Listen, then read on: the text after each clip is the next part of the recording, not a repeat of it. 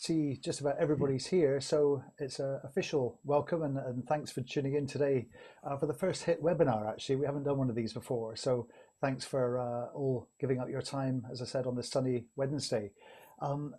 Delighted that you're all here because, of course, we're in uncharted times within our industry, and whilst there's many different conversations going on and there's lots of different webinars that are kind of focusing on the here and now, and they're looking at what businesses can do, and I think it's been very well represented and covered within our industry and our industry bodies.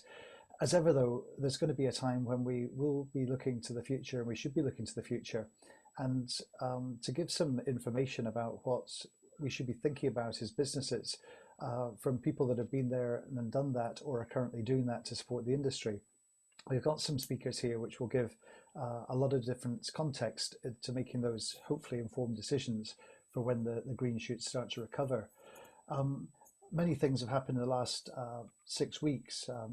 Somebody sent me a note about some of the more light-hearted things have happened. Car use has been down, shaving has stopped for most people, toilet roll peaked and then it's stabilized again, coffee's been quite constant, tracksuit wearing has gone up, and alcohol's gone through the roof, as you can imagine. But on a more important note, there has been a lot of more serious announcements coming forward, and the conversation as the turn of May seems to have almost become a bit harder and tougher, I think. You'll have read about the announcements from the airline companies and the challenges they're facing, and also a lot of hotel companies are now looking at their levels of business and what percentages of customers they can bank on, and even when the date to actually open their businesses and restaurants and everything else might happen. So the conversation is becoming tougher and harder, but today is all about hearing from some people, like I said, to inform those conversations. I'm delighted we've got 4 people, 2 guys to start with from the same company, who are going to give us that expertise. And the process for today, we've got 90 minutes, and we felt that if we let 3 speakers speak through their 15 minutes or so presentations, which will give some thought-provoking ideas, which please do, as you'll be familiar with webinars these days, use the Q&A or the chat bar on the right-hand side. And for the last part of the meeting, as it were, we'll field some of those questions and get some answers from people while they're there. We've got the backup of Elise and Joanne from Lux Events, and it's fantastic they're putting the technology behind the scenes together. But let me introduce the first speaker, Russel Kerr, who I've met a few times and heard him speak, and he's a great speaker, and he's the managing director of the Securigroup, and he's the chairman of the British Security Industry Association in Scotland. He's also joined today by his colleague David Waddell, who's the Securigroup's technical director. Now, Securigroup, for those that should know about it, is Scotland's largest security company with over 2,500 security personnel, and they're deployed throughout the whole of the UK and also Ireland. They operate across a number of sectors: oil and gas, infrastructure, commercial, retail, events, but certainly hospitality and the nighttime economy. Securigroup have carved out a unique position within the market. They've augmented physical security measures, security personnel and technical solutions. And one of the solutions, which I'm sure we'll hear about today, is about thermal screening, which is proving very popular through this pandemic. In fact, just today I noticed that Heathrow are trialling thermal screening at Heathrow Airport. So let me hand over to Russell and David and hear what they can update us on within the world of Securigroup. Thank you, David. I'll just set up this presentation.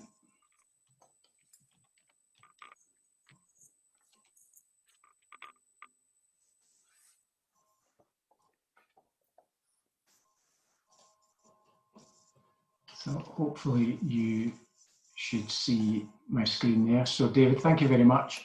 And thank you to you and the team for giving us the opportunity to speak to you all today. And thank you for that introduction, because that saved me a job to start with. So David and I have been in discussion about how Securigroup might be able to provide some crime prevention advice for hoteliers. And while working on that, I received an inquiry from a large and iconic hotel, and they were interested in thermographic technology. And as David has alluded to there, you may have seen some coverage around thermal cameras and their use in the media recently. Now, we know that a key symptom of the coronavirus is a high temperature, and the BBC has ran a number of stories in the last few weeks They feature airports, as David had mentioned, transport hubs, and they've also looked at case studies from across the world. And in some instances where thermographic technology has become mandatory. And since then, we've been inundated with inquiries. We've deployed thermal technology into distribution centres, into manufacturing facilities, and we're running active trials within healthcare settings. But I see two waves of interest, really. There's those that want to add the technology to complement their existing social distancing measures and to safeguard the people and the jobs that they're currently undertaking. But the second is those that are looking ahead to a transition towards a relaxation of the lockdown. They want to ensure that they're meeting their health and safety obligations and to reassure relevant authorities, but also to reassure their staff and their customers that they're taking all the available steps. Now, I'm joined by my technical director, David Waddell, and before he tells you what the technology can do, I just want to be very clear on what the technology will not do. And that is that it will not identify someone with the coronavirus. The technology will intuitively take the skin surface temperature and indicate whether someone is exhibiting a high temperature. So with more of the technical information about the product, I'll hand over to my colleague David Waddell now.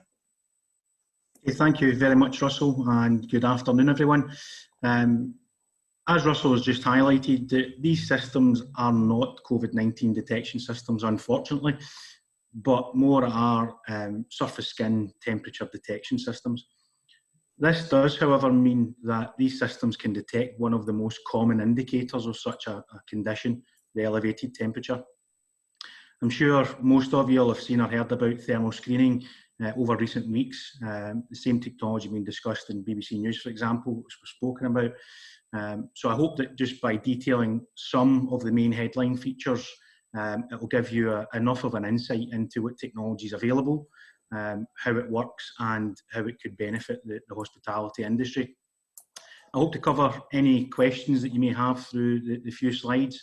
But as David said, we're opening to questions at the end of the presentation. So please, if I don't cover anything, just jot down a question and come back to me at the end.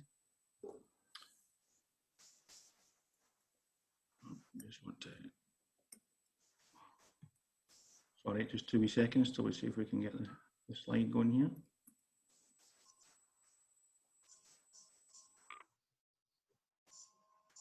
David, I think we might have that lag again. Is it changing at yours, Russell, is it? Yeah.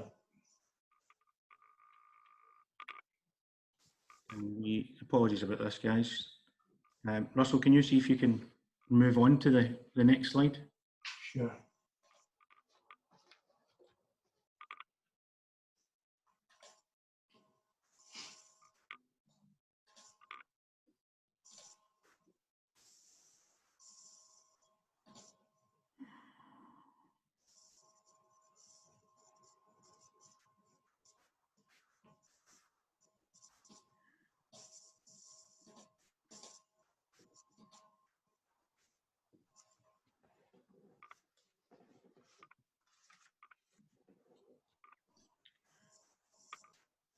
I think we may be struggling here, Russell. I don't know if you can just select that next one down. I think we've maybe missed one. That's us. Thanks, Russell. Let me just try again and see if we can get this going, guys.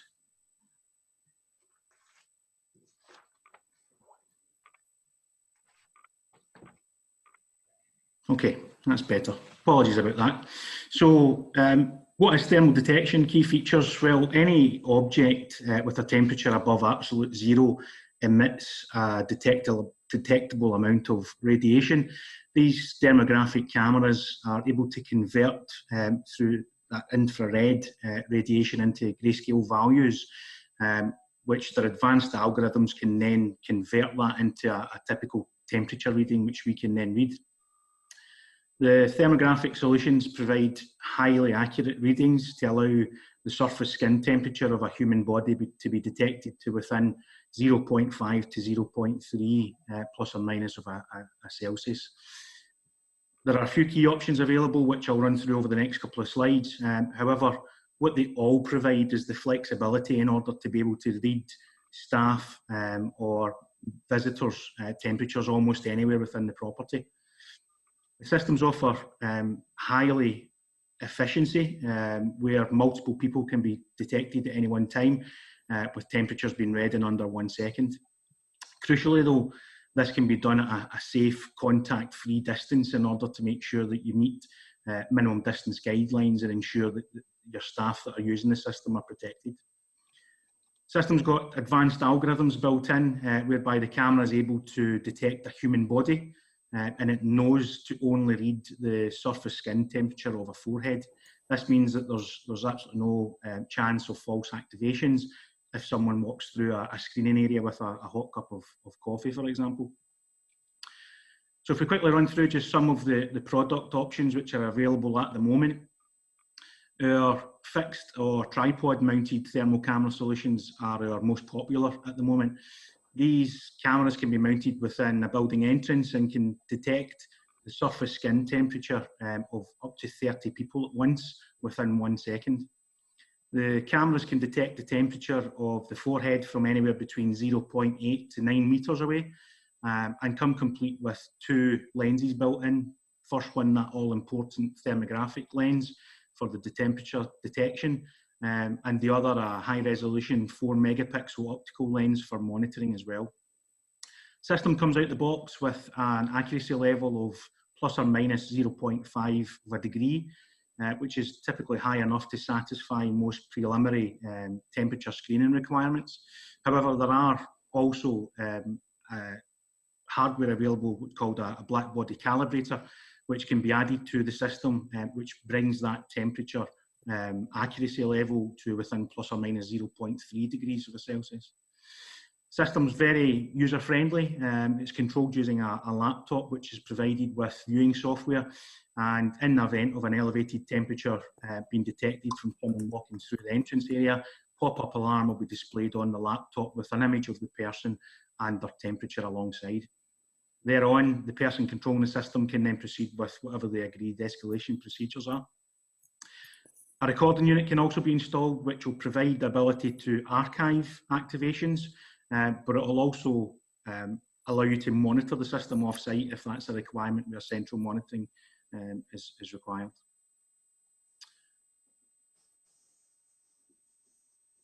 Hopefully we've not crashed here again. So the next option we have is our walkthrough screener. This solution can be used as a DIY screening tool. There's an LED screen built into the top of the unit, and in the event of an elevated temperature being read, the unit will alarm and lights will come on. It's the same camera as we've previously spoken about, with the same advanced detection accuracy. However, what this unit does is it provides that added benefit of a natural flow within an entrance area where there's no screening channels required to be set up. We all go through an airport and see these every day, and we know that if we see one of these in place, you walk towards it and walk through it. So it's that ability to have a flow without disrupting the movement in the entrance. System can also be provided with the same laptop, software and recording solutions as the other options, should you wish to still be able to monitor it locally.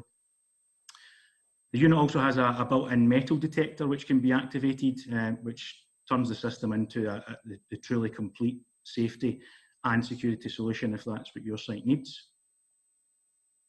Another option we have is the truly portable handheld temperature screener.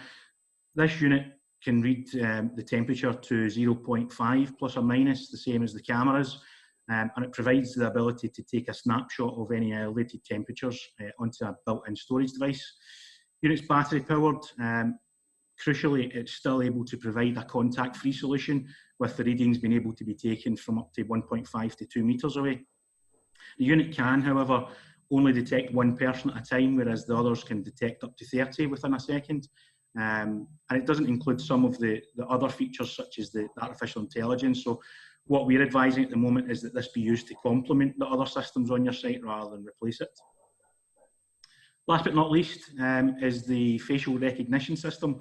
which combines the new temperature reading technology with access control. These systems will prevent anyone gaining access to the property if they're showing an elevated temperature. And again, they work to the same high accuracy of 0.5 degrees as the other solutions. System can be installed as a new standalone facial recognition system, or it could also be integrated into your site's existing access control system, just depending on the age and the type of what you have.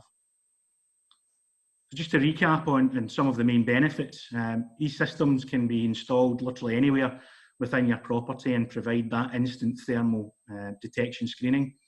There's minimal disruption with these systems. They're able to be installed within just a couple of hours.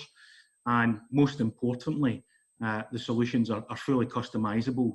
Equipment's available to suit your site's individual needs and can be tailored around your own requirements. And that's me, Russell. Back over to yourself. Apologies again for the issues with the slides. No problem. So our clients are already using this technology in a variety of settings and in a way that is helpful for them and their business.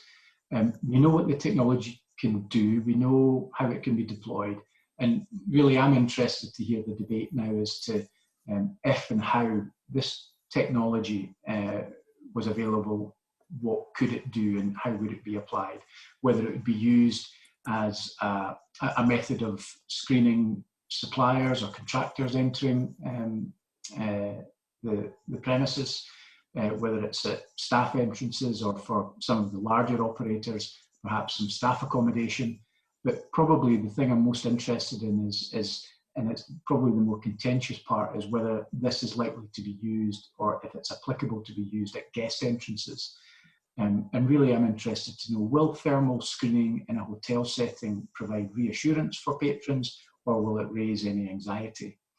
Another piece of technology that I just wanted to shoehorn in at the end, because it's just something that's hit our radar in the last week or so, and that is density management. When restrictions are relaxed, businesses may be asked to limit occupancy numbers in line with their square footage. These systems have the same built-in algorithms as the other technology does. They're designed to operate at multiple entrances and exits. They have a central processor that are continually calculating occupancy, and they can have colour traffic light displays at each of the entrances. So another piece of technology there to be added to the melting pot. I'm conscious that there's a huge amount to take in there. As David has said, will be available for questions at the end of the three presentations. But for now, back to you, David Cochrane. Thanks very much, Russell, and thank you, David, as well. If people are wanting to ask questions, of course, there's the chat function at the bottom of your screen there.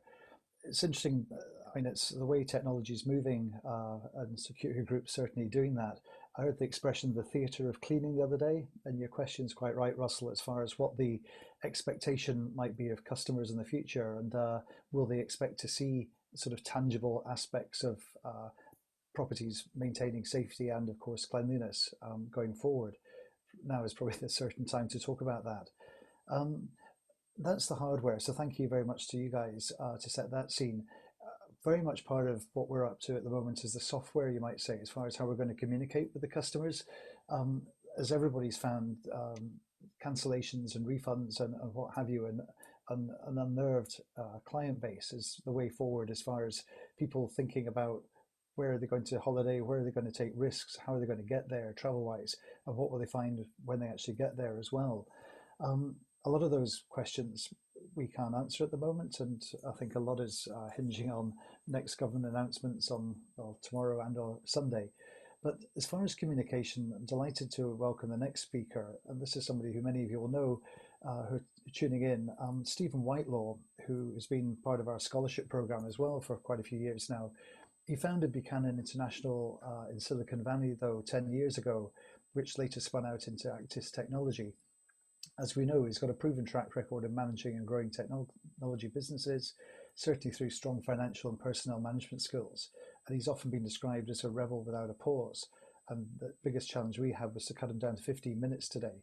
But his high energetic nature and his deep knowledge of the internet has enabled him to travel literally across the world, engaging with companies large and small across our industry, as well as delivering consultancy, keynotes and workshops in digital marketing to companies such as Google and Microsoft, to name a few. So let me introduce, well, that's enough introduction. Let me put Stephen on the screen and keep that chat room coming. Thanks.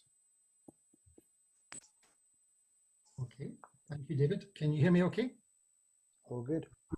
Okay, good. I shall start. I always apologise for going fast, and there's lots of slides to get through. You'll get copies of them, but for some reason, none of the little fun videos, none of them work. So apologies for that. If there's any questions, just put them in the chat box and we can go through them at the end.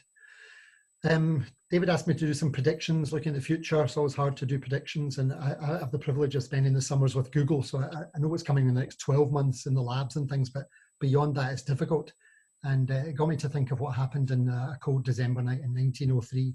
It was the famous Orville and Wilbur Wright, the Kitty Hawk. It's a long time ago, but it was the first heavier-than-air powered aircraft. And then that was pre-coronavirus from the Flight Radar 24 app. Obviously things have changed now. I don't think Orville and Wilbur Wright could have predicted that, but it's kind of mainly helicopters and cargo and things that are flying about just now. It's very, very difficult times. None of us would have predicted any of this. It's very sad for travel and tourism. There is a really, really interesting website called longbets.org if you're interested in, it's part of the Long Now Foundation, which is about long-term thinking. And long-term thinking, it's Americans, obviously driven by quarters. It's 10,000 years is the long-term thinking. So the longbets.org is a fascinating website. There's a lot about viruses in there, and some of it sadly come true. So it's based in the Bay Area of San Francisco. Fascinating if you want to have a look. So lots of people have tried to predict the future. This is the founder of IBM in the 40s, saying there would never be more than 5 computers in the world. In the 40s, I think that felt right. And this is the founder of DEC, the Digital Equipment Corporation, in the 70s, saying no one's going to have a computer at home. And that's what they looked like. You know, he was right. You're not going to have one of them at home. Bill Gates claims he never said this. 640K of RAM should have been a friend. It's in his wiki, but it is kind of tricky. This is a man talking about evolution. If you imagine, remove the word species and put your business in there, it's not the strongest business that's going to survive, or even the most intelligent. It's the one that's most responsive to change. And unfortunately, there's a lot of change coming. So Charles Darwin saw things. Just some reasonable up-to-date stats. There's nearly 7.25 billion people on the planet. So more than 50% of us are online. Which is amazing. It's there's no digital homeless anymore, so there's nobody who can't get online that isn't online. There's lots of unbanked, there's lots of issues, but everybody who can get online is online, and they're spending enormous amounts of time on that. Average amount of time that human beings spend on the internet in a day, 6 hours 43 minutes average. And what are they doing? Well, everything. They're spending money and buying and consuming everything. If you look at the figure on the bottom in blue, the good news, travel includes accommodation providers there, is the largest figure. So travel is an enormous thing to do on the internet, as well as buying things from Amazon. If you had a business in the 20s, you had a 67-year run rate before somebody came along and kind of interrupted your business and did something cheaper and better and quicker and faster. It's about five to 6 months now before somebody starts to innovate and do things. It's really, really difficult. No idea what our kids are going to be. People talk about, you know, jobs of the future. I presented this slide about 24 months ago, and I made up these fun titles: biohacking, security, clone rancher, cryptocurrency lawyer. Every one of these is a real job. So in 24 months, these made up jobs. So things move really, really, really fast. I saw this website, will a robot take my job? Robots are everywhere and might be able to help in social distancing.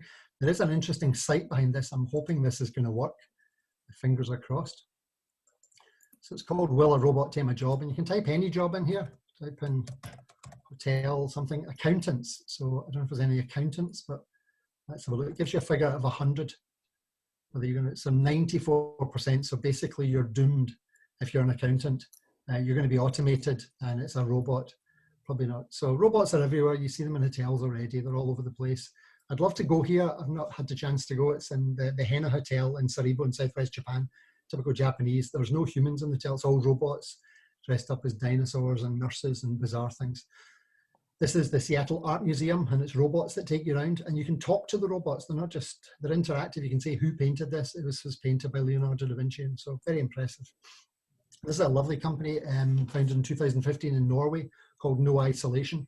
So it's the first telepresence robot, mainly used in education, but people who can't get out and they attend events and things.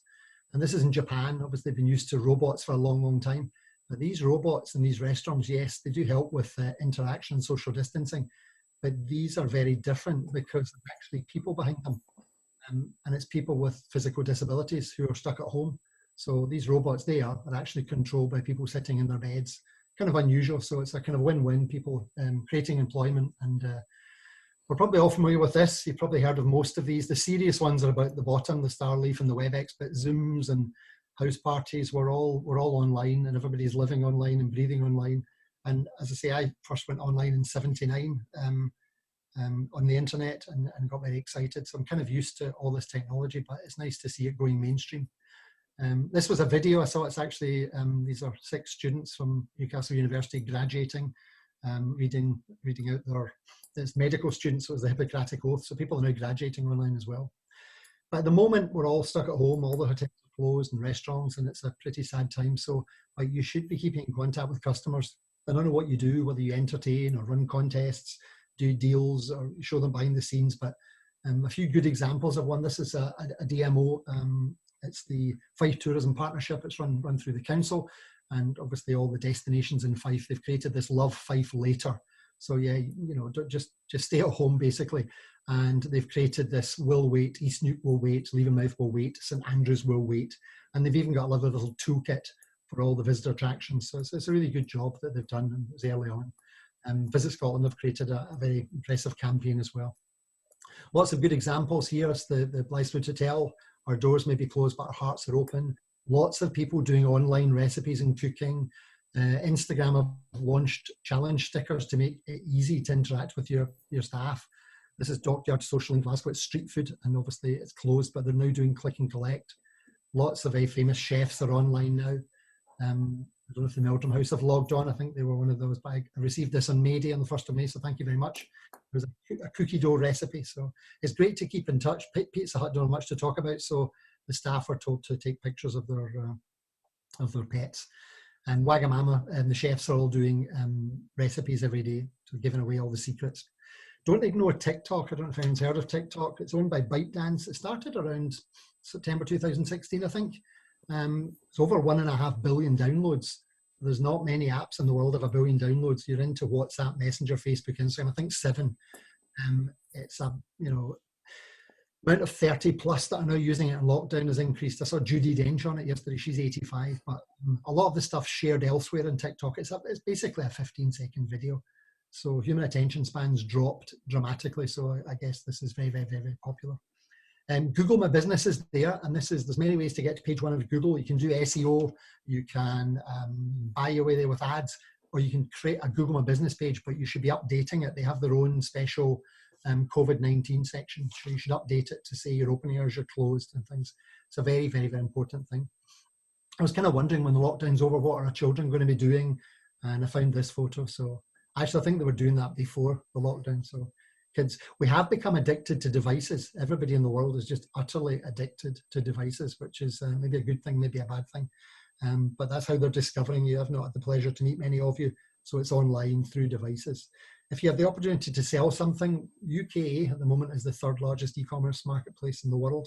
It's relatively mature.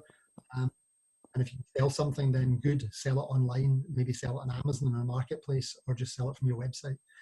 This is on Amazon. They sell lots of these products are all on the internet. So Russell and David were showing you devices. There's maybe not browsers on these, but they're connected. They have IP addresses. They're on the internet of objects, the internet of things. So there's thousands and millions of devices like printers that will order up the toner and everything. People don't want to go on and do things. Amazon, it's an interesting one here. Just see if this video plays. This is about Amazon automating basically everything using recognition. I'm not sure if it's going to play. Hold on a second.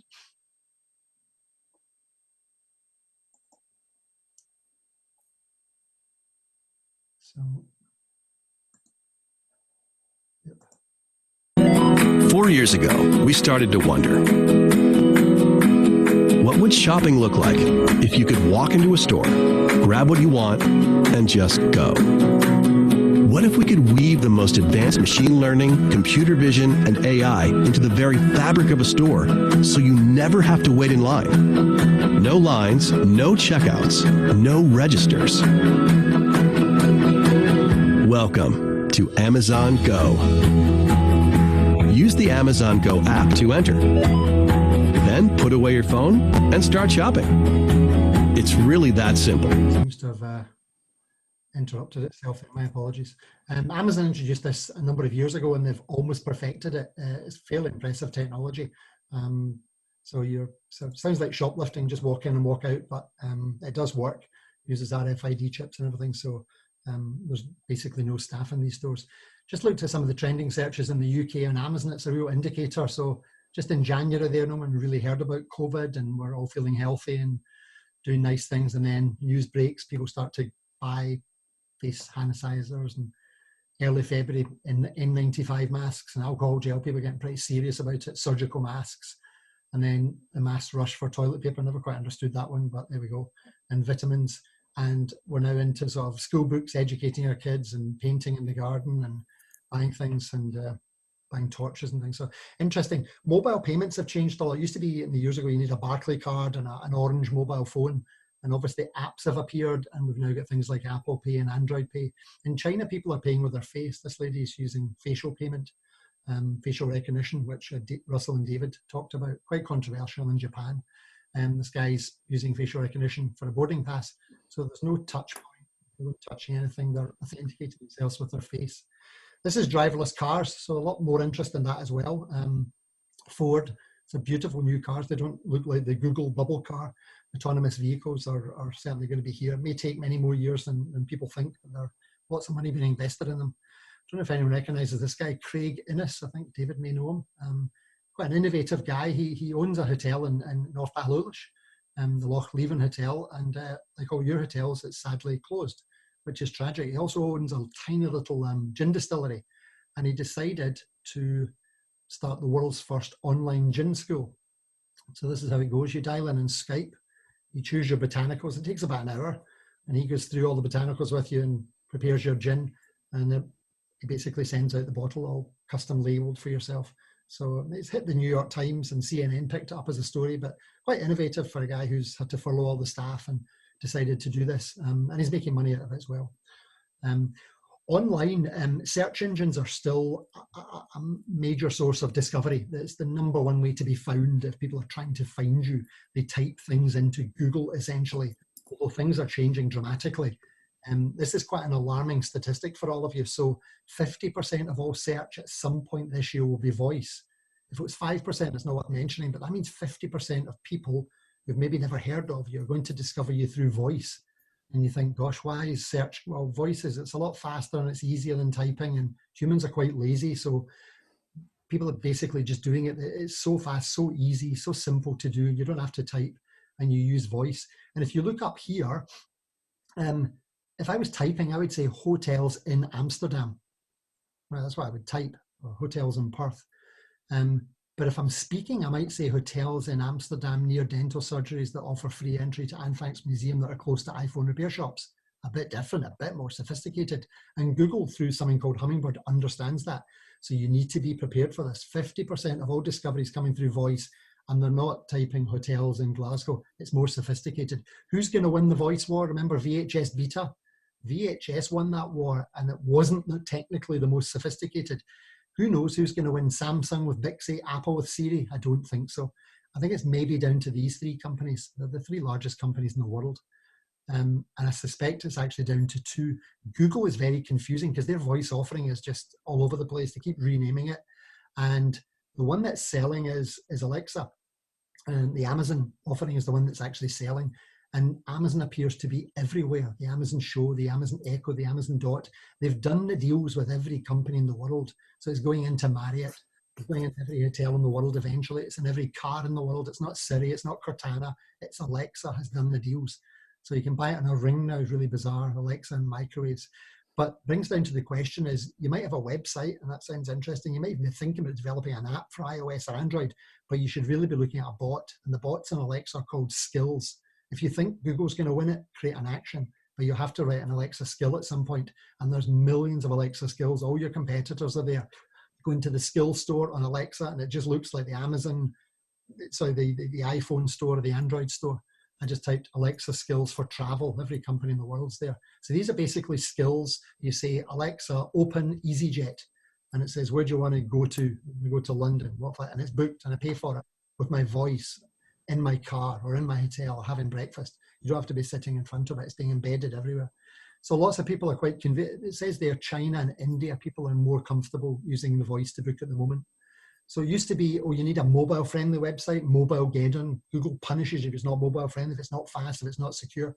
But now voice is coming, and it's coming really, really soon. Google eventually will say your website's not voice-enabled. So you probably have to think about that. It's 50% of all search. So this could really damage your business if you're not thinking about voice. Augmented reality has been here for a while. It's when you hold up your camera. And that was the first travel app called Wikitude. I've never been to Paris. Hold it up in front of the Eiffel Tower, and it tells me that's La Tour Eiffel. And oh, it's wonderful and interesting.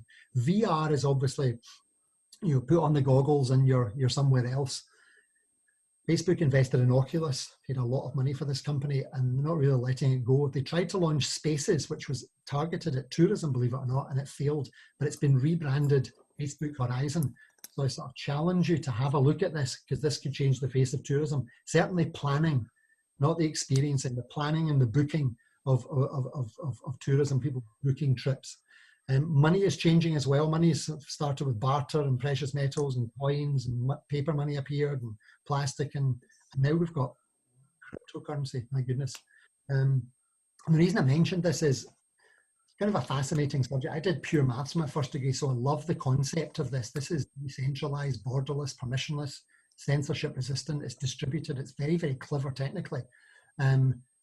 But people are now starting to use this all over the world. It's increasing. There's an event coming up in 4 or 5 days which may increase its use. But the really clever thing behind Bitcoin is blockchain. That's the technology. Blockchain is, if you're fascinated or want to read about this, learn about blockchain. Blockchain is just a boring distributed database, but it's the thing that mints the coins. It's what makes Bitcoin work. I had a lovely video here. I'm sure a few of you recognize this. It's WeChat. It's a Chinese video.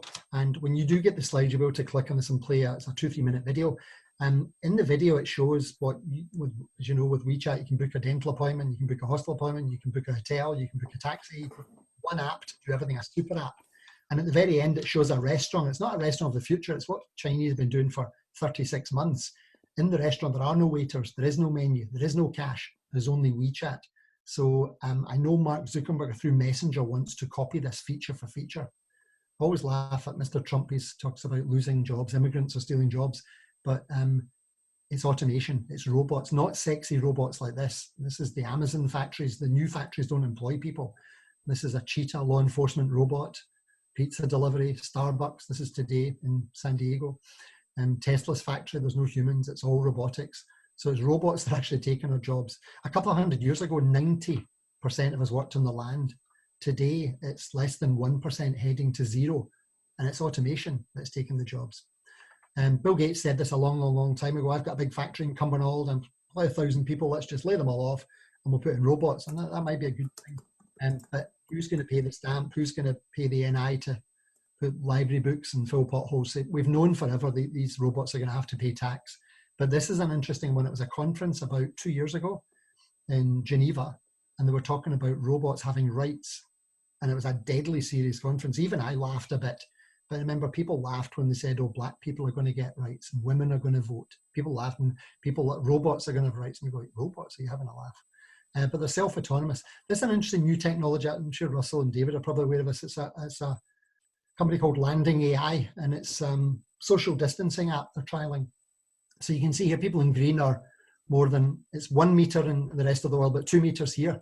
And as they approach people, you can see it actually changing in real time. So this is a prototype, but it's quite impressive technology. I'm not sure where it's going to be used. And at the very end, I noticed there's a pigeon flies across, but it doesn't light up. And I'm sure it got close to somebody there. This is a new app that's appeared, Crowdless. It tells you about your supermarket's empty. You can go down and buy your toilet roll or whatever you're going to buy. There's nobody there. It's safe to go there. The plans are to roll this out to restaurants and visitor attractions as well. Google have all this data, as you probably know anyway. You can tell you when a restaurant's empty. If you have furlong staff, and I'm sure most of you do, and it's tragic to have to do it, and you've done it, you're allowed to educate them. They're allowed to learn stuff. They're allowed to be trained. There's nothing illegal about that. And there's tons and tons and tons of stuff online that's available, that's free, really, really good educational resources. EDX is Caltech, Harvard, Princeton. That's a bit heavy, but it's full degrees online, totally free. Loads and loads of stuff to learn.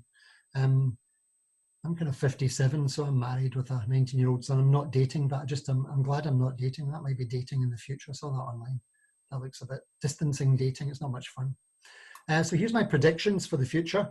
I've thought about cruises, and I don't know what to say. I think it's going to take a long, long time. I really do. I genuinely think it's going to take a long time. There's going to be a lot of virtual meetings like this, and that's definitely going to impact events and hospitality, which is tough. Group travel is going to take a long time to rebound. Businesses reducing travel, obviously overnight stays, and restaurants are certainly going to look and feel different. Today in China, this is what restaurants look like. You're greeted with sprays and temperature guns and the distancing. That's today in China.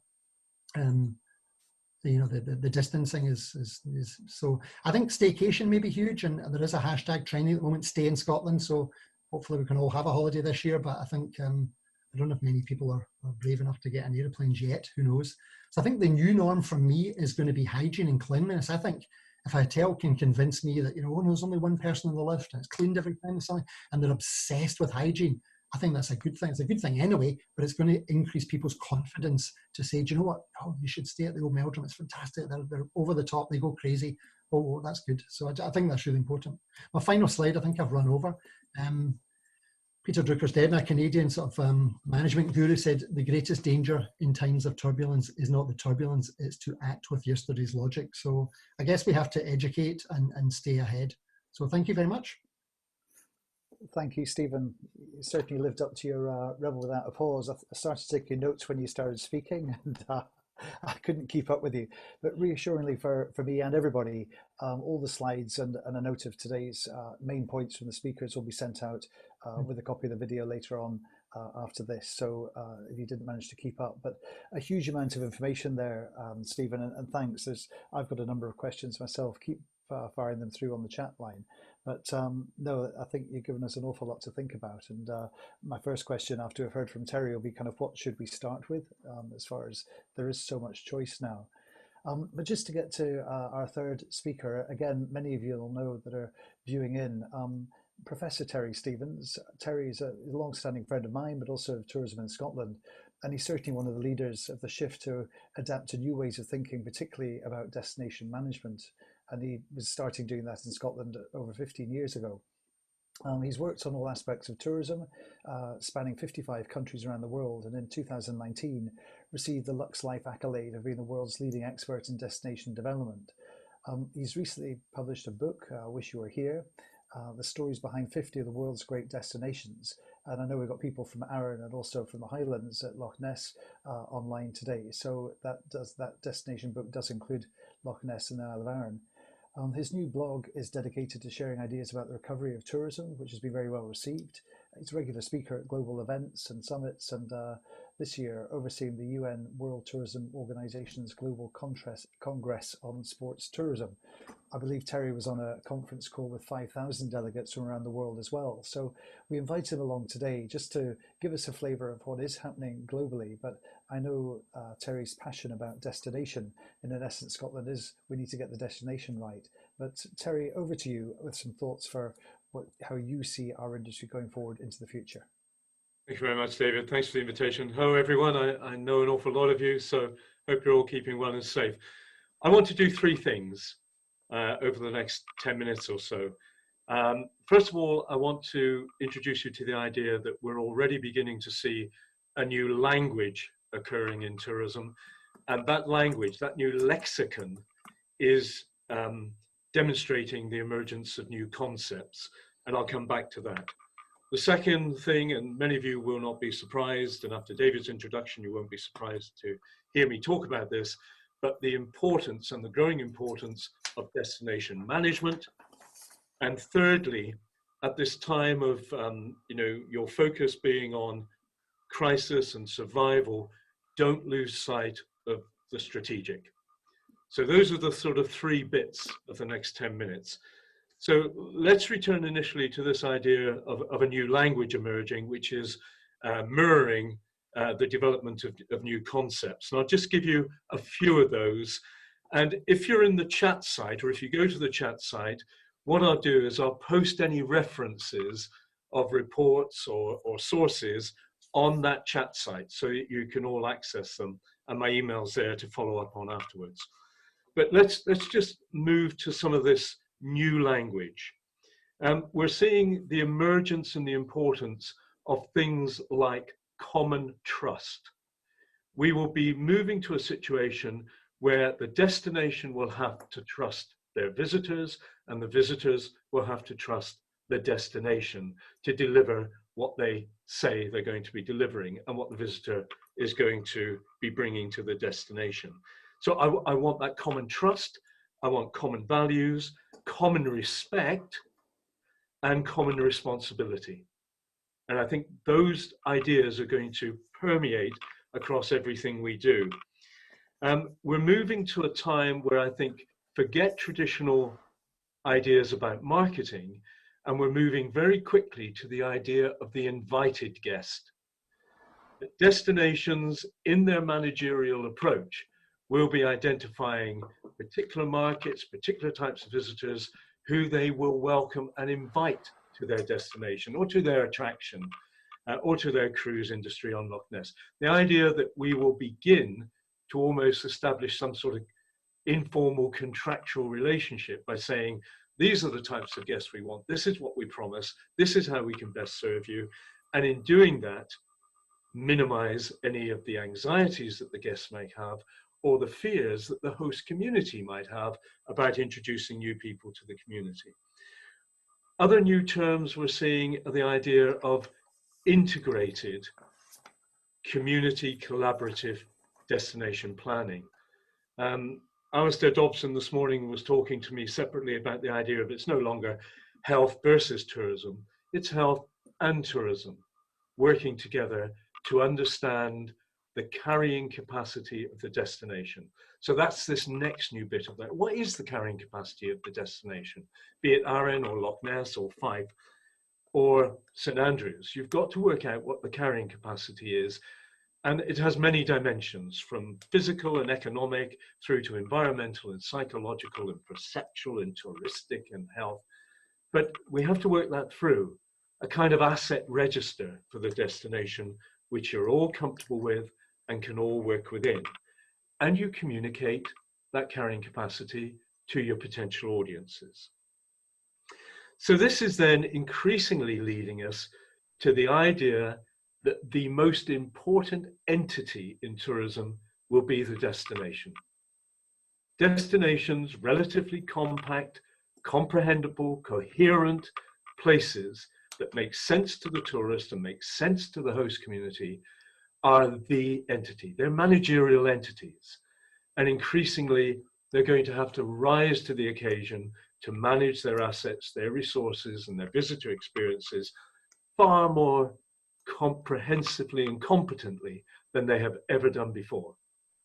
So destinations that are working together, collaborating together, engaging with their communities are going to be the destinations that can relatively quickly respond to this new world. And clocks don't go backwards. You know, there's no returning to the old norm. There's going to be the new norm. And destinations have to be at the forefront of creating what they believe is the new norm for them, setting out their rules and encouraging the visitation that they know they can deal with and manage. And then within all of that, there is the strategic context. You know, destinations in Scotland will have to work within the framework that is created by the First Minister and the Government of Scotland. And again, something that I think we need to reflect on is the divergence that's already happening between what UK government is saying, what Wales government, Visit Wales are saying, Visit Scotland and the Scottish government are saying. So, you know, that's going to be confusing the market. So we need to get some clear, unambiguous, concise messaging out there. Communication will be critical as we move forward. But let's just take a moment to think about those strategic issues. If we look around the world, then we see, for example, Austria, Slovenia, Switzerland are looking at miracle statements this afternoon. And she's going to be talking about the potential of opening up borders with those countries, but they're talking about agreed strategic travel corridors. So Scotland needs to think like that. What are the strategic corridors where perhaps, let's say, you're taking the A9. So does House of Brewer have the ability to become a field hospital if necessary?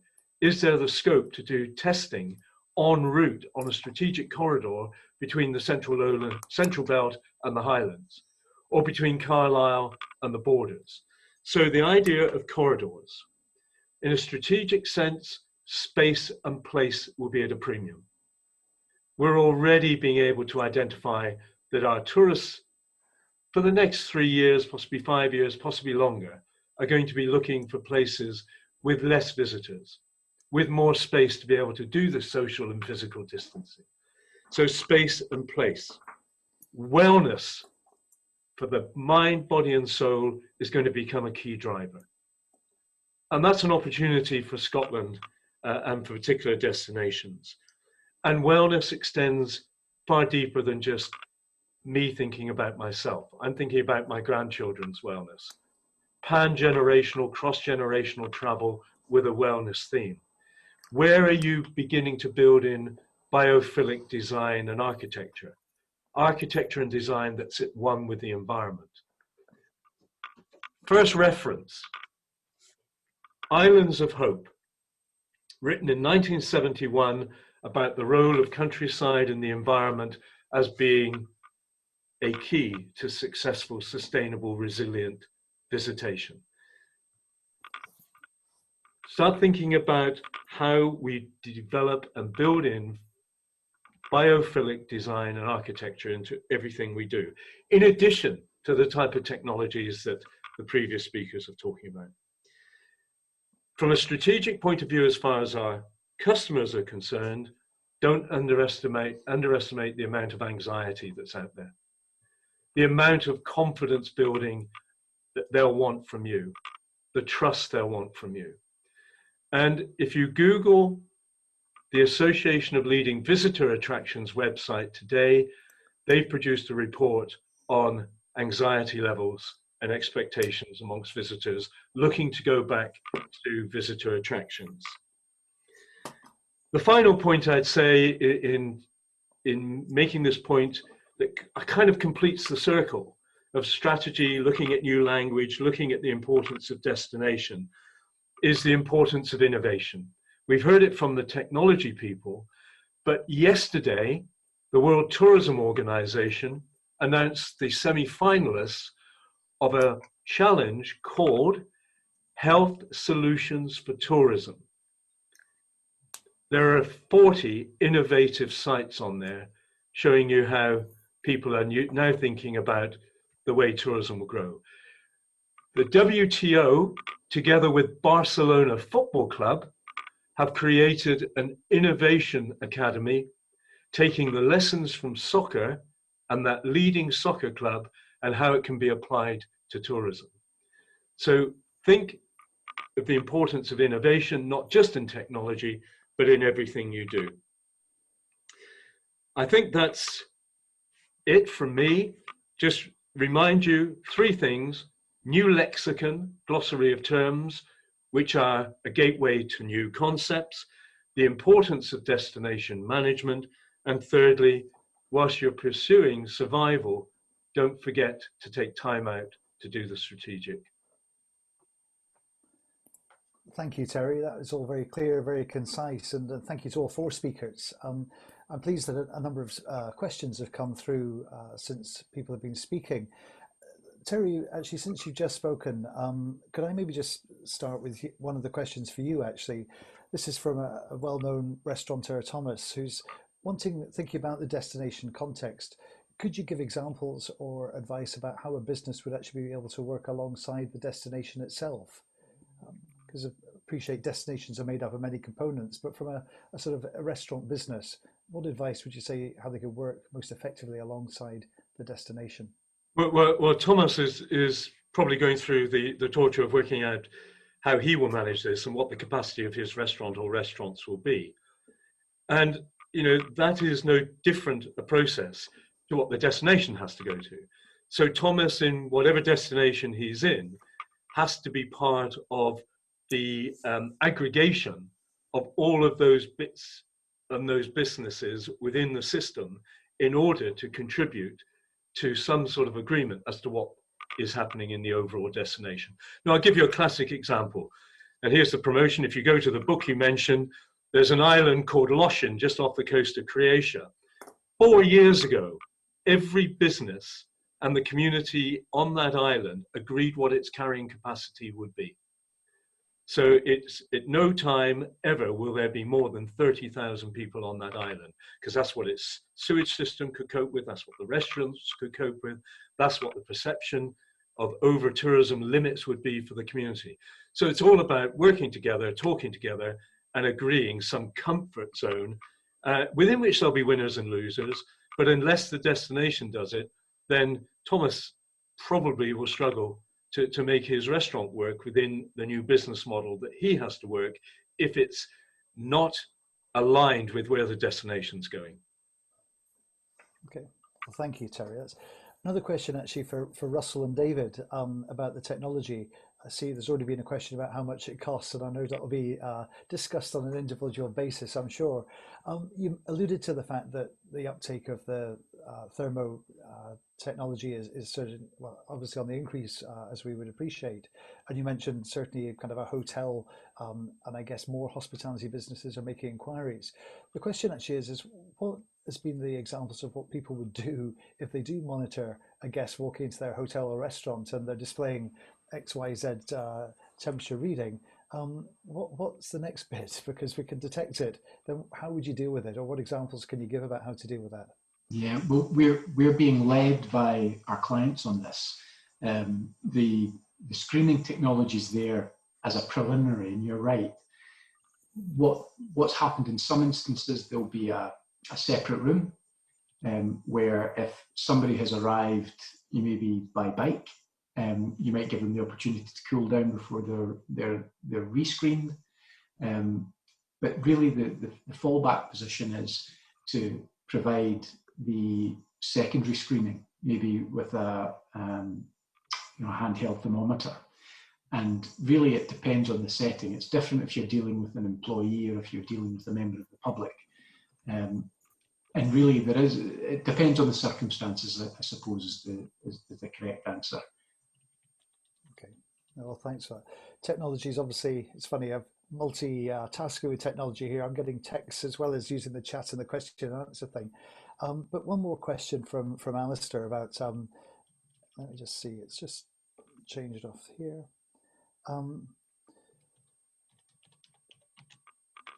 Yeah, all speakers reference different aspects of technology and helping with tools to help with the ease of lockdown and allow more freedom to movement.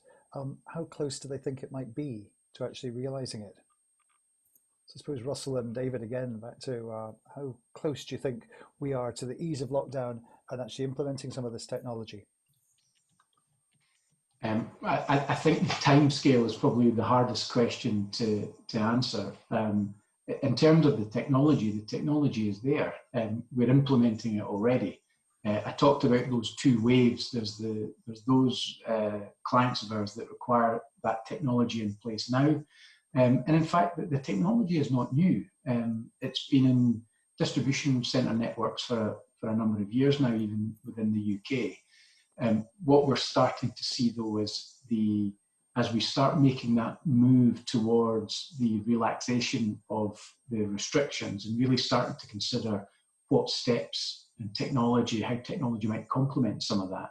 So it's there, it's being used, and for those that are in that second wave, they're all considering how the technology might be used to either meet their health and safety obligations, to satisfy relevant authorities, but also to provide staff, customers and visitors with the reassurance that there is some level of screening in place. Yeah, I think reassurance is the key. Thanks, Russell. A question here from Marina, maybe to Stephen. What do you think would be the impact on the short and longer term, or what will be the impact on short and longer term for large gatherings and events? It's particularly relevant to us at Hit Scotland and many people on the line just now. But large gatherings, what do you see the future of those, Stephen? It's a difficult one. I think as Terry was talking about the kind of the wellness theme. I think if I was attending an event, any event, or going to a restaurant, going to a hotel, anything, it's the ones that are safe and clean and I feel comfortable in. Maybe auto check-in. Just hand sanitizers everywhere. People have got to feel comfortable to go to these things. I mean, museums opened this morning in Germany, and I had a look online to see the look like, and it's quite different. I mean, all the staff have got visors and masks and gloves, and pretty much everybody's wearing a mask. I think you have to wear masks in Germany. It looks different, and there's distancing. So yeah, there's open the museums. It's not like NMS and it's all crowded in the main gallery. It's quite different. So I think, yeah, everything's going to open up, but they're just going to look different. But to encourage people to come along to these, you're really going to have to be obsessed with the maybe auto check-in. I don't want to queue. It's like Citizen M or something. They've had auto check-in forever, the ambassadors, all that sort of stuff. But I would want to see hand sanitizers everywhere. And I want to see, in China, unfortunately, the videos I had, but you'll be able to see them later, the temperature of the staff that prepared your meal and everything. And they're going overboard, essentially, to allow people sort of the confidence that they can go. David, can I just comment there? Yesterday, I spoke to about 9 different tourism leaders across Europe, and it's events and festivals are going to take the longest to come back in every one of those countries. That's everything from football matches through to cultural festivals, pop concerts, and so on, and none of them are envisaging any sort of scale of group activity until late 2021. Okay. By the way, on the chat side, all of those linkages are now up. Thanks, Terry. I see them. That's great. We'll have to get thinking out of the box at Hit Scotland as well up until the end of 2021 in that case. Thank you, Terry. Just a follow-up from Alistair regarding technology we were talking to Russell and David about. Do you think, maybe Stephen with this as well, do you think there will be an app that will be developed that will almost encompass all these things that we've been speaking about, as far as it can bring in Google Maps, it can bring in Thermal, it can bring in blockchain, and it can just be a kind of useful business tool, as opposed to having to go to lots of different areas to get that technology? I think it's unlikely you're going to get one app that does all of that. There's always specialist apps that do things. So you can have dashboards, you can develop things. A lot of the apps have APIs. You can, like I know we're not using this one in the UK, but the Google Apple app that's available has an open application platform. So you can program it, you can write programs and create a dashboard, and you can put maps in there, you can mash it up. So yeah, you can do it yourself. I don't think anyone's going to develop some super app that does everything. But a lot of them have got backdoors open. They're open APIs. They've got a software development toolkit. So if you've got developers and programmers, you could create a little dashboard with all that information on it. David, sorry, it's me again. Could I ask perhaps Alistair, food and drink hasn't come up particularly much, and particularly local provenance. I mean, how does he see that? I mean, he's heavily involved in that at Scottish level and local level. We'll have to get Alistair to type that in, and I'll read out his answer in a moment, Terry. Thanks. I mean, I've just been unmuted. Oh, here he is. Oh, he's unmuted. That's good. Welcome. It's a nice picture of you there, Alistair, on your boat. If only. I think, oh, there we go.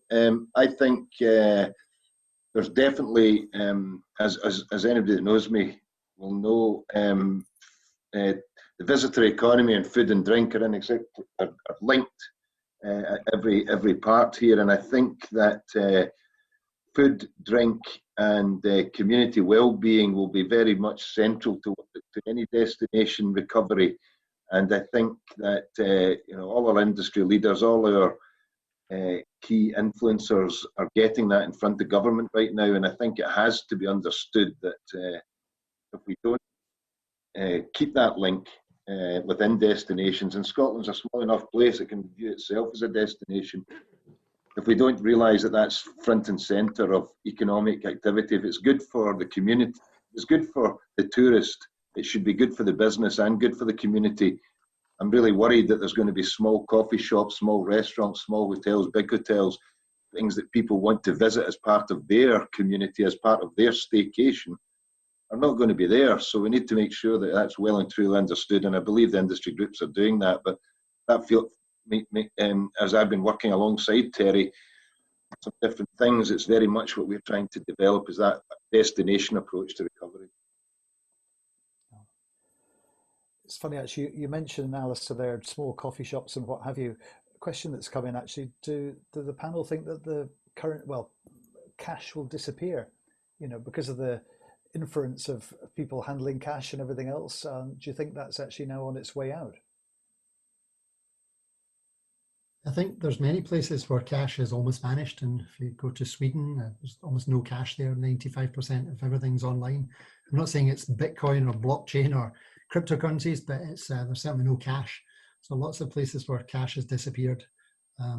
It's convenient. It's quite a scary thing when cash disappears because it tends to be monitored, and a lot of people like cash for various reasons. So I think that's where cryptocurrencies come in.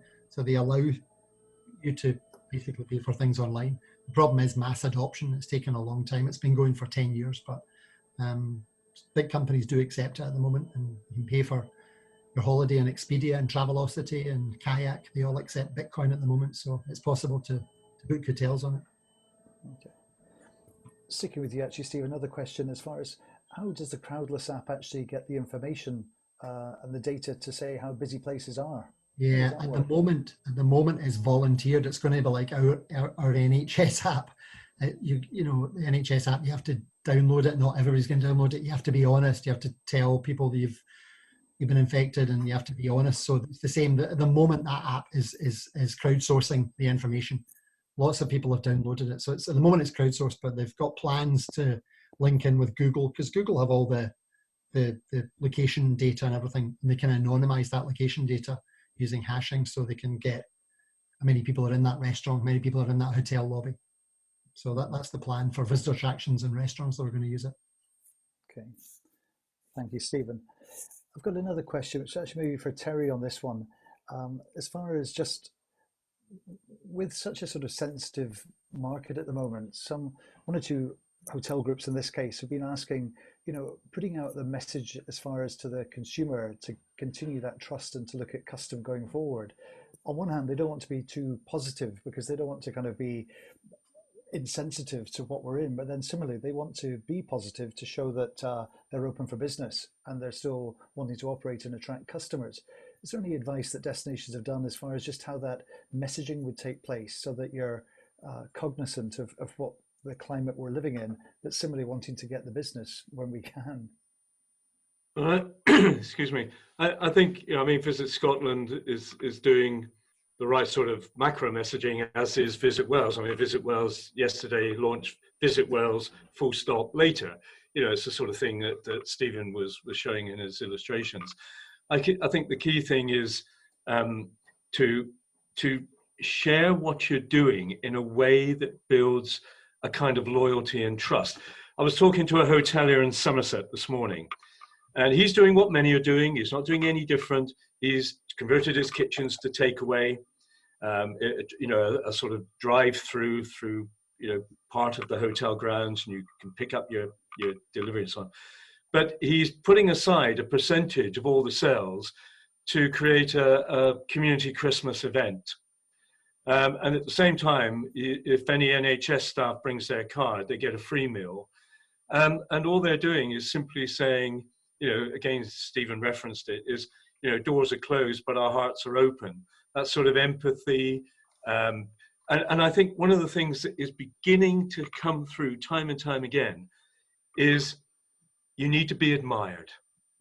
In 10 years' time, do you want people to say, you know, oh, such and such a hotel did a good job, or we admired what they did during that time? And I think that's an interesting word. What can you do that allows your customers or your potential customers to admire what you're doing? And that touches everything from a community engagement, a community gesture, through to the way in which you act. So want to be admired and desired rather than marketed. Okay, that's great. Thanks, Terry. I've written that down. One other question from Chris Wayne Wills. This is to all the panelists. What do you think will be the most influential new normal reality post the crisis, apart from the hygienic and cleanliness traits that we've just talked about? Post crisis, what do you think will be the most influential new normal? That phrase is used an awful lot these days, but Russell and David, do you want to start that? Yes, David, it's difficult. No one really knows what the future holds, is the honest answer. However, I think what we will see is, as Stephen had suggested, you know, a new world. Things will look different. Hotels and restaurants and pubs will have restrictions in place for the immediate future anyway.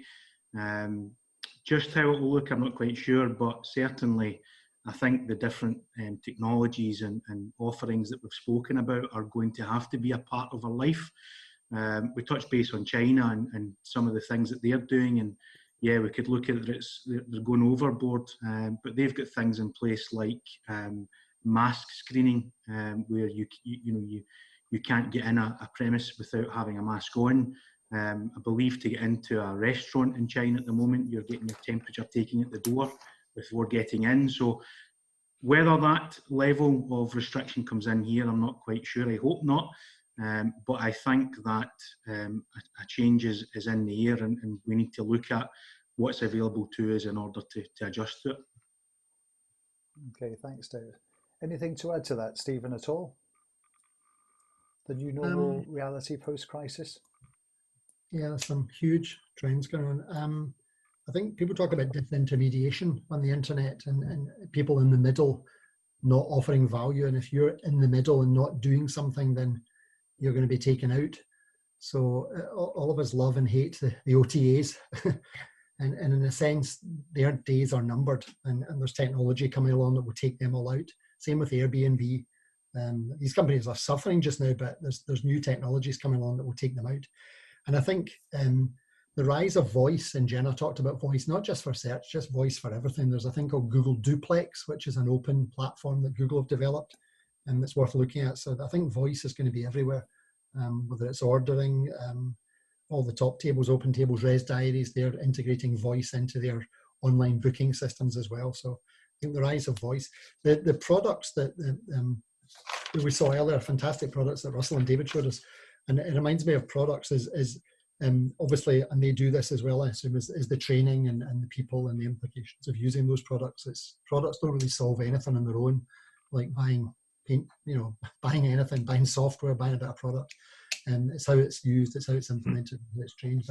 But voice has been integrated with everything, so I think voice is going to change a lot. And I think Amazon might win that war. It's hard to see them not.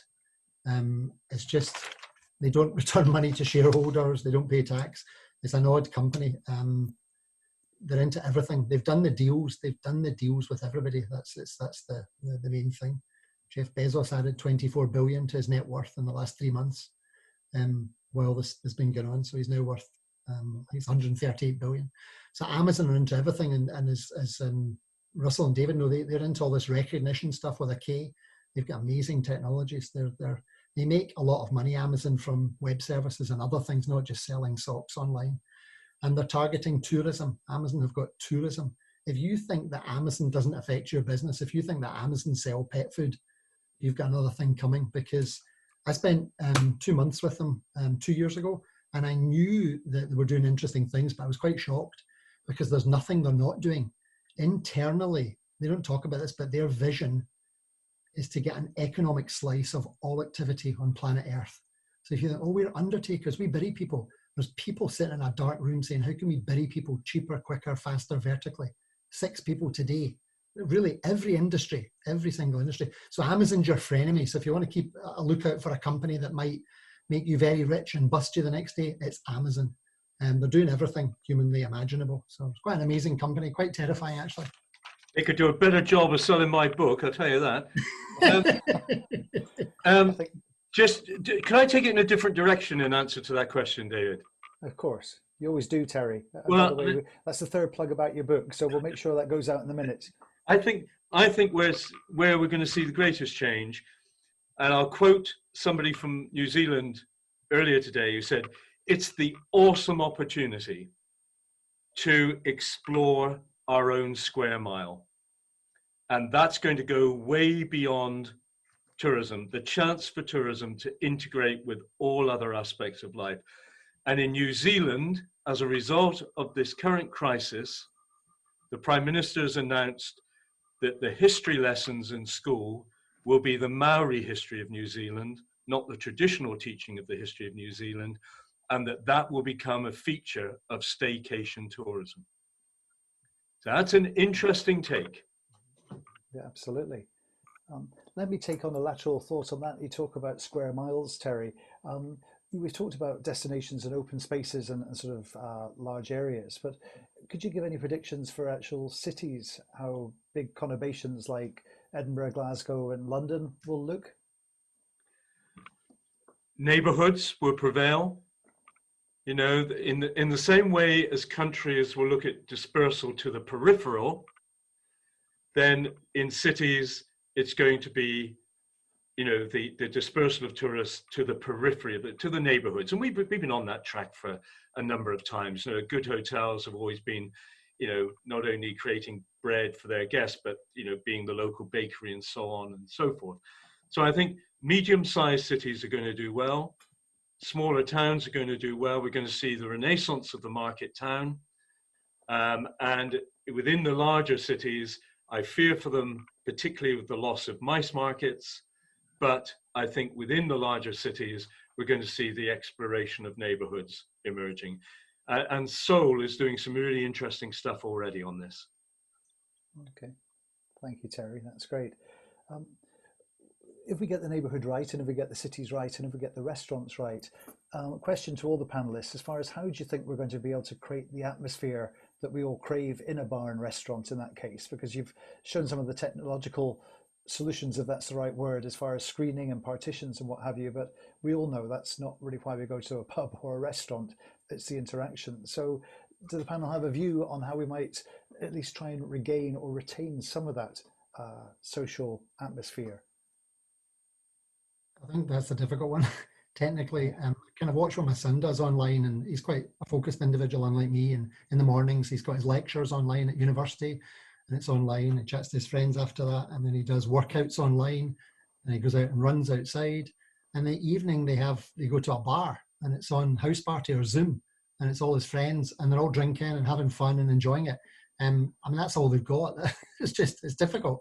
I don't think you can recreate a restaurant or a bar, but restaurants and bars are going to open up. They're just going to look very, very, very different, and keep coming back to make people feel comfortable and safe. You know, they will open up. They're opening up all over the world, but they're very, very different.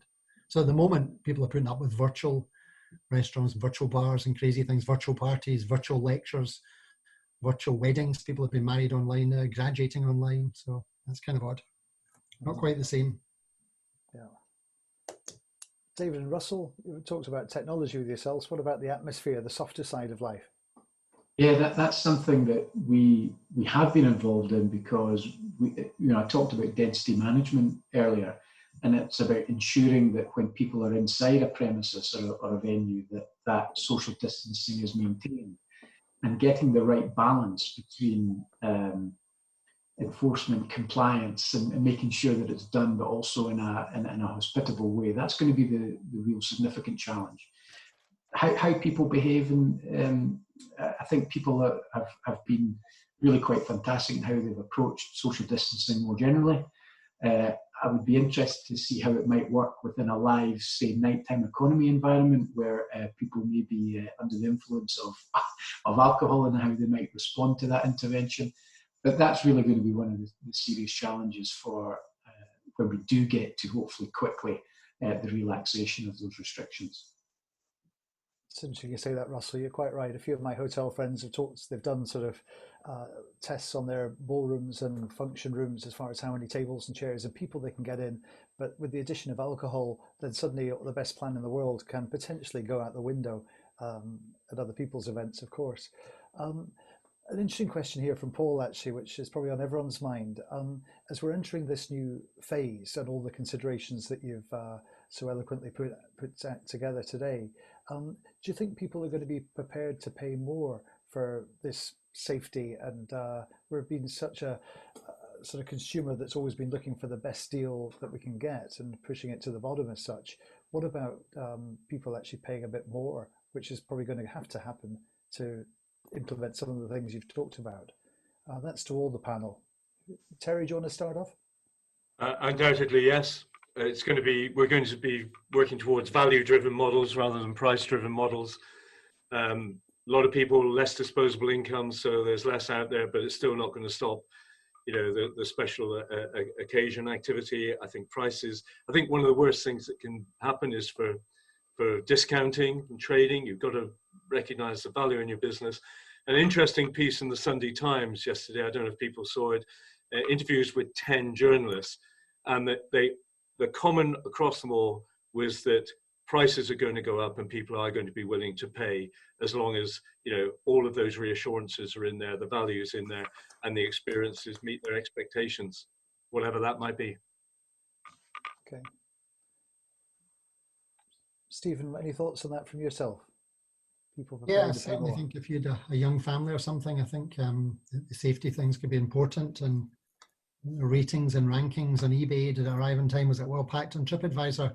Yeah, it's nice to have a beautiful view and nice ambience and everything, but I think people are going to look at all the new stuff, the cleanliness, the safety, the social distancing, and you're going to be rated and ranked for all that stuff. So yeah, I think everybody was horrified to see that picture yesterday of the Belfast to London flight. As Terry said, you've all changed, our minds changed. You think, oh my God, it's like, this is unbelievable. Nobody's wearing that. No, it's like, we're quite horrified. 3 months ago, it's just like, we were all doing that. Now we're horrified to see that. And we'd be horrified to go into a restaurant in a month's time and the staff don't have visors and masks and gloves. And so, yeah, so I think people are going to pay more money.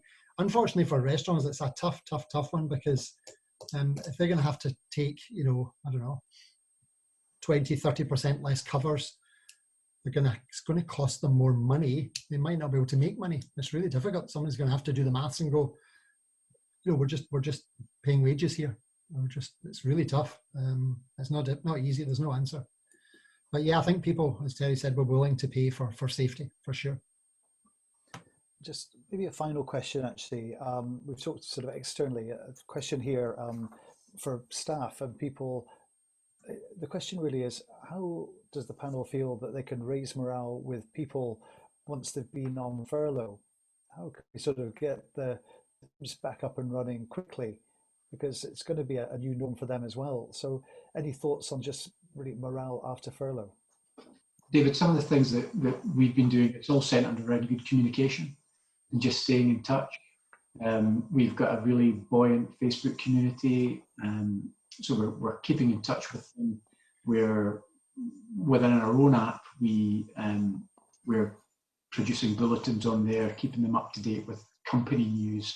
We're in the process of, although we've got a relatively small number of people on furlough, for our frontline staff, we're creating a video, keeping people up to date, telling them about what our plans are for furlough, reassuring them that they're not forgotten, reassuring them that we're keeping it under constant review and that we'll be getting them back alongside their colleagues as soon as possible. And even just a periodic phone call from managers and directors goes a long way to making people feel that they are still valued by the organisation, which of course they are. No, great. Look, I think there's no more questions that are coming just now. So on behalf of everyone watching, thank you to our 4 speakers. I did ask them at the start of, before they came on air though, just if I could go around each of you individually, just maybe one final takeaway that you think would be business critical for people to think about when it comes to their formulation of plans for the recovery within their area or their business. Just because we've had a huge amount of information, which I say we'll get out to everybody after this. But for each of you, could you just give us one final parting business tip that will help people with their plans? So Russell, can I start with you? You're at the top left of me. Sure.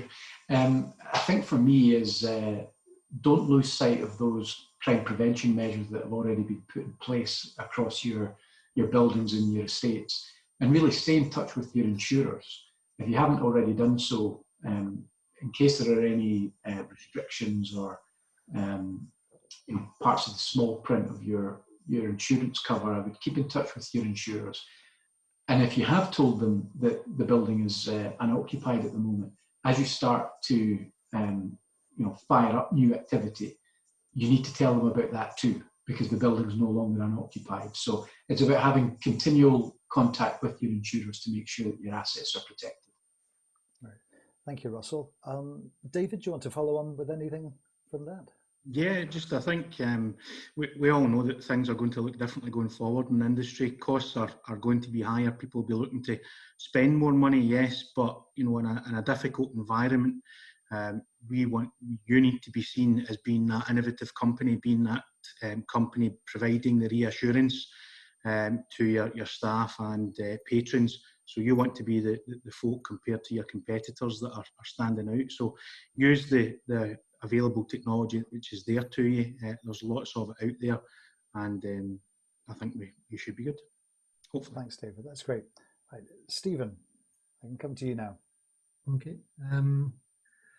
This is hopefully a once in a lifetime opportunity to, I guess, use your time wisely and learn new things and educate and stay ahead.